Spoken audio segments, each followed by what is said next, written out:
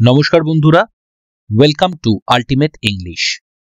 SSC, bank এবং অন্যান্য competitive এক্সামের জন্য আমরা আজকে ভোকাবুলারি সেশন করব। এখানে আজকের সেশনে আমি মূলত 10টা শব্দ নিয়ে আলোচনা করব, যেগুলো আপকামিং পরীক্ষার জন্য যথেষ্ট ইম্পর্টেন্ট। এর মধ্যে প্রথম যে শব্দটি রয়েছে সেটা হলো সাইনোফোবিয়া। সাইনোফোবিয়া বলতে বোঝায় an irrational and intense fear of dogs, অর্থাৎ কুকুরে আতঙ্ক। এইবার এই যে শব্দটা, এটা মূলত দুটো শব্দ মিলে তৈরি হয়েছে। গ্রিক ভাষায় একটা শব্দ রয়েছে যেটাকে বলা হয় KYON, কাইন। এটার মানে হচ্ছে ডগ।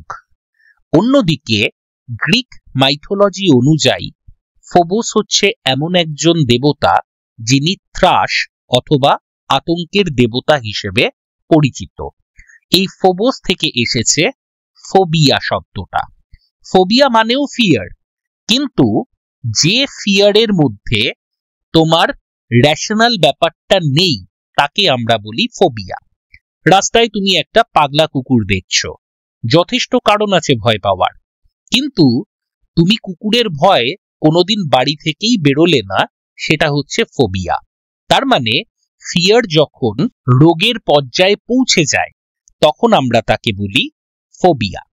তো সাধারণত অনেক সময় পূর্বের অভিজ্ঞতার প্রভাবেই হোক অথবা পারিবারিক পরিবেশ যেটা রয়েছে সেই ভয় হোক, এই ধরনের ফোবিয়া তৈরি হতে পারে। এবং এই ধরনের অবস্থার জন্য মানুষের মনে একটা অস্বাভাবিক আতঙ্কের তৈরি হয়, যেটা তার ডে টু ডে লাইফকেও ব্যাহত করতে পারে বা তার ডে টু ডে লাইফেও ব্যাঘাত ঘটাতে পারে। তো চলে আসি পরের শব্দে। 2 নম্বর শব্দ হচ্ছে সাইনোসিয়ার। সাইনোসিয়ার শব্দটার মানে a focal point of attraction or attention, অর্থাৎ অ্যাটেনশনের কেন্দ্রবিন্দু।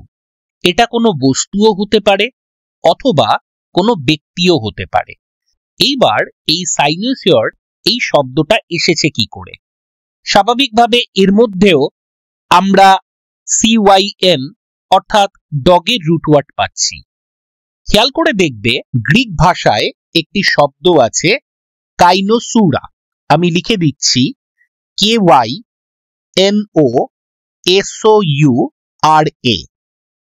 এটার আক্ষরিক অর্থ হচ্ছে দ্য টেইল অফ ডগ, অর্থাৎ কুকুরের যে লেজ। গ্রিক পুরাণে আরসা মাইনর বা আমরা যদি তারামণ্ডলীর কথা বলি, তো সেখানে একটা পার্টিকুলার অংশ ছিল যেটা কুকুরের লেজের মতো দেখতে, এবং এর মধ্যেই পোলারিস বা নর্থ স্টার অবস্থিত। এবার নর্থ স্টার বা উত্তর তারা কি? উত্তর তারা হচ্ছে যখন নাবিকরা কোনো জায়গায় যেত, তো তখন সেই নর্থ স্টার তাদের গাইড হিসেবে কাজ করত। তার মানে তাদেরকে বারংবার সেই নর্থ স্টারের দিকে তাকাতে হতো। কেন? দিক নির্দেশক হিসেবে ওই নর্থ স্টার কাজ করত। তার মানে কি, একটা স্টারের দিকে নাবিকরা বারবার তাকাচ্ছে, তাহলে বারবার তাকানো হচ্ছে যার দিকে, সেটাই হয়ে যাচ্ছে সেন্টার অফ অ্যাট্রাকশন অথবা সেন্টার অফ অ্যাটেনশন। এইভাবে অর্থের বিবর্তন হতে হতে সাইনোসিয়ার শব্দটার মানে দাঁড়ায় a focal point of attraction or attention. চলে আসি 3 নম্বর শব্দে। 3 নম্বর শব্দের মধ্যে রয়েছে কি? সিনিক বা সিনিক্যাল অথবা সিনিসিজম। এর উৎপত্তিও গ্রিক শব্দ কাইনিকোস থেকে, KYNIKOS, এবং এই কাইনিকোস মানে ডগ লাইক। এবার দেখো কোথায় কুকুর আর কোথায় a person who distrust others sincerity or motives, distrustful attitude or philosophy. অর্থাৎ সিনিক বলতে সেই ধরনের বিষয়কে বোঝায় যারা অন্যের সিনসিয়ারিটি অথবা মোটিভ এর প্রতি ডিসবিলিভ অথবা অবিশ্বাস পোষণ করে।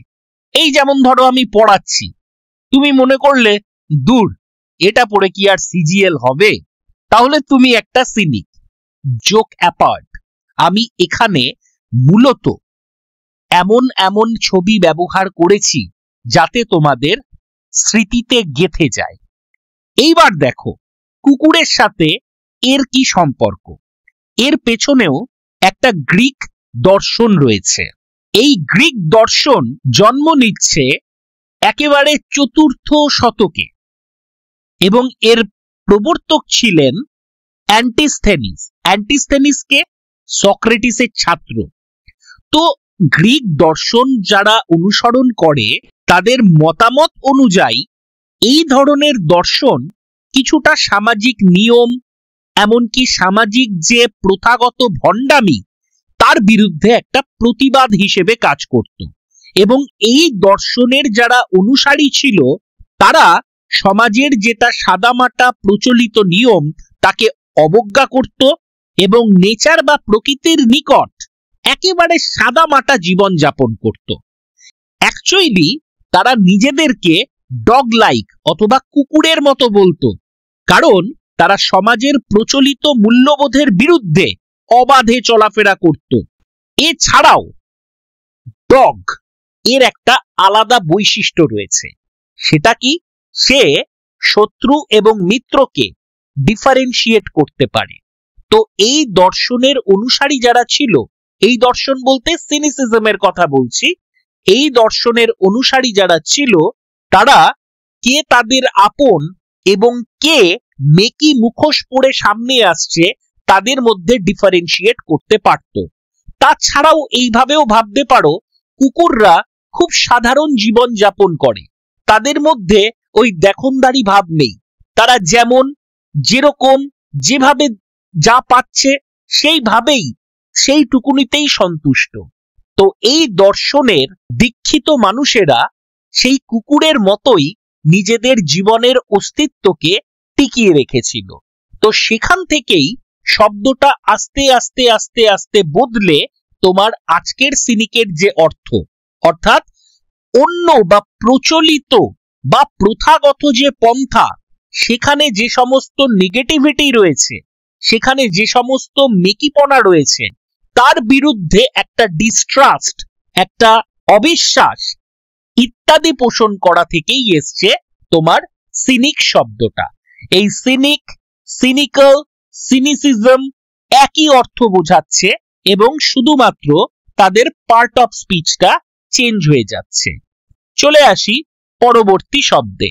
পরবর্তী শব্দ ডালসিলোকুয়েন্ট। এবার দেখো এখানে একটি শব্দ রয়েছে, সেটা কি? সেটা হচ্ছে ডালসিস, DULCIS। এটার মানে হচ্ছে সুইট। আর লোকিউ, এই রুট ওয়ার্ডটার মানে হচ্ছে স্পিক অথবা স্পিচ, যা ইচ্ছা বলো, এখান থেকেই এলোকুয়েন্ট শব্দটা এসেছে। তাহলে আমরা যদি দুটো শব্দকে একত্র করি তাহলে কি পাবো? Speaking in a sweet or melodious manner, যে খুব মিষ্টি কথা বলে, খুব সুন্দর করে কথা বলে। খেয়াল করে দেখো, আমি এই ভদ্রলোকের ছবি দিয়েছি, তোমরা চেনো এনাকে প্রত্যেকেই। এনার কথা বলার যে ভঙ্গি, সেটা অত্যন্ত মিষ্টি। তুমি তার দর্শনের সাথে সহমত হতেও পারো, নাও হতে পারো, কিন্তু তার যে শব্দ চয়ন, তার যে বলার জেস্চার, তার যে বলার ভঙ্গিমা, সেটা কিন্তু অত্যন্ত সুমধুর। তো এটাকে আমরা বলবো ডালসিলোকুয়েন্ট। পরবর্তী শব্দ ল্যাকোনিক। ল্যাকোনিক বলতে বোঝাচ্ছে using very few words, concise and terse, অর্থাৎ যে খুব কম কথা বলে, কিন্তু শুধু কম কথা বললেই তাকে ল্যাকোনিক বলা হয় না। ল্যাকোনিক কথার অর্থ যে কম কথায় অনেক কিছু বুঝিয়ে দেয়। আসলে এই ল্যাকোনিকের পেছনেও একটা সুন্দর ইতিহাস আছে। সেটা হচ্ছে ল্যাকোনিয়া প্রদেশের স্পার্টাদের ইতিহাস। স্পার্টানরা তাদের সংক্ষিপ্ত এবং অর্থবহ কথার জন্য সমগ্র দুনিয়ার কাছে পরিচিত ছিল। যেমন একটা ছোট্ট গল্প বলছি, যখন একজন রাজা, সম্ভবত দ্বিতীয় ফিলিপ, তখন একটা হুমকি চিঠি দিয়েছিল এই স্পার্টানদের। বলেছিল যে ইফ আই অথবা if we attack Laconia, I will destroy Sparta. অর্থাৎ আমি যদি ল্যাকোনিয়া প্রদেশ আক্রমণ করি তাহলে আমি স্পার্টানদের ধ্বংস করে দেব। এই যে এত কথা, এর বিরুদ্ধে স্পার্টানরা শুধুমাত্র একটি শব্দ খরচ করে পাল্টা চিঠি পাঠায়, সেটা হচ্ছে ইফ। আর কিচ্ছু লেখেনি, লিখেছে ইফ মানে যদি। ভাই তোর যদির কথা নদীতে ফেল। এই যে ইফ, একটা শব্দের মাধ্যমে সে বুঝিয়ে দিল তোমার অকাত হবে না, তোমার সাহস হবে না আমাদেরকে আক্রমণ করার। সে কিন্তু অনেক বেশি শব্দ চয়ন করেনি, একটি মাত্র শব্দের মাধ্যমে পুরো বিষয়টা প্রকাশ করে দিল। তো এই ধরনের এক্সপ্রেশনকে বলা হয় ল্যাকোনিক এক্সপ্রেশন। এখানে দেখো আমরা আমাদের প্রাক্তন প্রধানমন্ত্রী মনমোহন সিংহের কথা উল্লেখ করেছি। কেন? এই ভদ্রলোক অত্যন্ত কম কথা বলতেন। দেখো, রাজনৈতিকভাবে তুমি এনার বিরোধী হতেই পারো, তুমি বলতেই পারো সোনিয়া গান্ধী বা রাহুল গান্ধী তাকে বলার অবকাশ দিতেন না, কিন্তু ভারতবর্ষের ইতিহাসে যত বড় বড় ইকোনমিস্ট আছে তাদের মধ্যে অন্যতম হচ্ছে মনমোহন সিং। সুতরাং তিনি খুব অল্প শব্দ চয়ন করলেও যখন যখন তিনি বলতেন সেই কথাগুলো লোকজন কিন্তু মন দিয়ে শুনত এবং উল্টোপাল্টা তিনি খুব বেশি বকতেন না। চলে আসি পরের শব্দ। পরের শব্দ হচ্ছে সেনিসাইড। এই সেনিসাইড, এই সেন শব্দটার মানে হচ্ছে ওল্ড। এই শব্দটা এসেছে ল্যাটিন শব্দ সেনেক্স থেকে। সেনেক্স বলতে বোঝায় হচ্ছে ওল্ড পিপল বা ওল্ড ওয়ান্স। আর সাইড শব্দের মানে তো তোমরা জানো, এই রুটটার অর্থ হচ্ছে মার্ডার, অর্থাৎ বয়স্ক মানুষদের হত্যা করা, the killing of elderly people especially as a traditional practice. অর্থাৎ রিচুয়াল হিসেবে বৃদ্ধ মানুষদের হত্যা করা, এটাকে বলা হয় সেনিসাইড। এখানে আমি একটা মুভি পোস্টার তোমাদের সামনে তুলে ধরেছি। এই মুভিটার নাম ছিল থালাই কোঠাল। এখানে এই থালাই কোঠাল হচ্ছে দক্ষিণ ভারতের, বিশেষত তামিলনাড়ুর বেশ কিছু জায়গার একটা খুব জঘন্য একটা প্রথা। সেখানে একটা বয়স হয়ে যাওয়ার পর বৃদ্ধদের কিভাবে হত্যা করা হয় শুনি।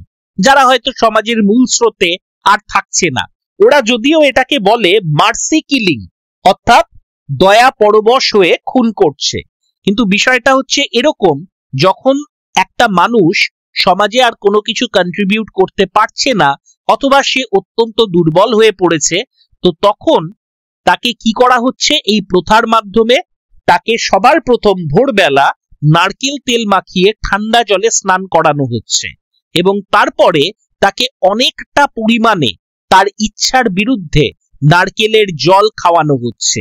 এতে তার শরীরের মধ্যে একটা অস্থিরতা তৈরি হয়, কারণ এটা কন্টিনিউয়াস প্রসেসে 2-4 দিন করলে দেখা যাচ্ছে তার কিডনি ফেলিওর হচ্ছে। এটা স্বাভাবিকভাবে আইনের চোখে নিন্দনীয় এবং শাস্তিযোগ্য, কিন্তু এখনো কিছু কিছু পুরনো মানুষের মধ্যে বা পুরনো কিছু গোষ্ঠীর মধ্যে এই প্রথা আজও বিদ্যমান। আমি এই গল্পটা এই কারণে বললাম, তোমার পুরো বিষয়টা মাথায় গেঁথে যাবে যে সেনিসাইড শব্দটার অর্থ কি। পরের শব্দ টার্ডিলোকুয়েন্ট। তাহলে এখানেও দেখো লকিউ আছে। লকিউ মানে কি? স্পিক। লকিউ শব্দের অর্থ হচ্ছে স্পিক। আর এই যে টার্ডি, টার্ডি শব্দটা এসছে ল্যাটিন শব্দ টার্ডাস থেকে, TARDUS। টার্ডাস মানে হচ্ছে স্লো, অর্থাৎ যিনি ধীর গতি অথবা মন্থর স্বরে কথা বলেন। তো এক্ষেত্রে তোমরা জানো ভারতের আরেক প্রাক্তন প্রধানমন্ত্রী অটল বিহারী বাজপেয়ীজি, তিনি অত্যন্ত ধীরে ধীরে কথা বলতেন।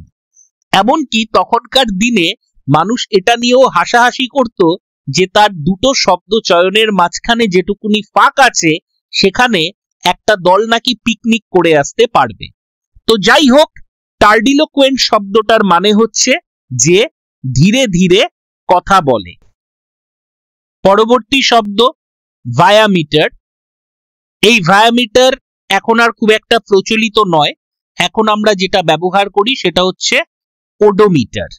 এখানে যে ছবিটা দেয়া আছে এটা মূলত ওডোমিটারের ছবি, অর্থাৎ an instrument for measuring distance traveled on a road, অর্থাৎ রাস্তায় কতটা দূরত্ব অতিক্রম করলাম যে যন্ত্রের মাধ্যমে মাপা হয় তাকে বলা হয়, এখন বলা হয় ওডোমিটার, আগে বলা হতো ভায়ামিটার। তখন তো আর মোটর গাড়ি ছিল না, তখন ঘোড়ায় চেপে যেত, তো তার জন্য একটা এরকম ছোট্ট ঘড়ি থাকতো মাপার জন্য, তাকে বলা হতো ভায়ামিটার। এইবার এখানে বেশ কিছু রুট আছে যেটা তোমায় জানতে হবে। এই যে ভায়া শব্দটা ল্যাটিন ভাষায় এটার মানে হচ্ছে রোড, আর মিটার শব্দটা এসেছে গ্রিক শব্দ মেট্রন থেকে, METRON। মেট্রন শব্দটার মানে হচ্ছে পরিমাপ করা, তাহলে সেখান থেকেই এসেছে এই ভায়ামিটার শব্দটা। পরবর্তী শব্দ ট্রিভিয়াল। ট্রিভিয়াল মানে কি? তুচ্ছ, of little importance or value, যেটাকে ইনসিগনিফিকেন্ট বলতে পারি। এখানে আমি স্টাফ সিলেকশন কমিশনের লোগো দিয়েছি আর পাশে প্রতিবাদের দৃশ্য, অর্থাৎ ছাত্রছাত্রীদের জীবন কমিশনের কাছে হচ্ছে তুচ্ছ, না হলে ওয়েস্ট বেঙ্গল থেকে নিশ্চয়ই অন্য রাজ্যে পরীক্ষার জন্য পাঠাতো না। তাহলে এই ট্রিভিয়াল শব্দটা কিভাবে এসেছে দেখো, এই যে VIA, আগেই আমি বলে দিয়েছি এই ভায়া মানে হচ্ছে রোড, আর ট্রাই অথবা ট্রায়া এটার মানে হচ্ছে থ্রি। আগেকার দিনে এই যে তিন রাস্তার যে মোড়, সেখানে অনেক সাধারণ এবং গুরুত্বহীন বিষয় নিয়ে আলোচনা, চর্চা এবং তরজা চলত। পরবর্তীকালে এই যে অর্থ, এটাই বিবর্তিত হতে হতে আমরা তুচ্ছ অর্থটা পাচ্ছি। কারণ খেয়াল করো, আমরা অনেক সময় বাঙালিরাও বলি যা যা তিন রাস্তার মোড়ে আড্ডা মেরে আয়। তার মানে এই যে আড্ডার টপিক, এটা তো কখনোই খুব ইম্পর্টেন্ট কোনো বিষয় নয়। তাহলে স্বাভাবিকভাবে এই অর্থটা বিবর্তিত হতে হতে ট্রিভিয়াল শব্দটা আমরা পেয়েছি, যেটার অর্থ হচ্ছে লেস ইম্পর্টেন্ট। আজকে শেষ শব্দ অভিয়েট। অভিয়েট মানে to prevent or eliminate a difficulty or obstacle in advance, অর্থাৎ এখানে দেখো কোনো একটা সমস্যা হতে পারে, রোড অ্যাক্সিডেন্ট হতে পারে, আগে থেকেই একটা চিহ্ন এখানে পুঁতে দিচ্ছে ছেলেটা, যাতে দূর থেকে যারা গাড়ি চালিয়ে আসছে বা যেভাবেই আসুক না কেন তারা আগাম সতর্ক হতে পারে। তাহলে এই অভিয়েট শব্দটা জন্ম নিয়েছে কিভাবে বা কিভাবে এলো? মাথায় রাখবে, অফ শব্দের মানে হচ্ছে ফ্রন্ট, ওবি শব্দের মানে রুটওয়ার্ড হিসেবে ফ্রন্ট, আর ভায়া শব্দের মানে হচ্ছে রোড। তাহলে এর সম্পূর্ণ মানে হচ্ছে কি? রাস্তার সামনে। এর অর্থটা আগে এরকম ছিল যে পথের সামনে এসে যে বাধা সৃষ্টি করছে। আস্তে আস্তে অর্থ পরিবর্তিত হতে হতে এটা পথের সামনে আসা বাধা এবং তাকে দূর করে দেয়া আগে ভাগেই এই অর্থ পরিগ্রহ করেছে। পরবর্তী ভিডিওতেও এরকম বেশ কিছু ভোক্যাব সেশন নিয়ে আমি আসব। সেশন কেমন লাগছে আমাকে জানিও। তোমাদের একটা ছোট্ট হোমওয়ার্ক থাকবে, এই প্রত্যেকটা শব্দ দিয়ে ছোট ছোট করে একটা সেন্টেন্স লিখে আমাকে পাঠাবে। এই সেন্টেন্স গুলো চাইলে তোমরা গুগল থেকেও নিতে পারো, আরো ভালো হয় নিজে লিখলে। বাট যাই করো, try to read words in sentence or sentences. প্রত্যেকে ভালো থেকো, সঙ্গে থেকো। ধন্যবাদ।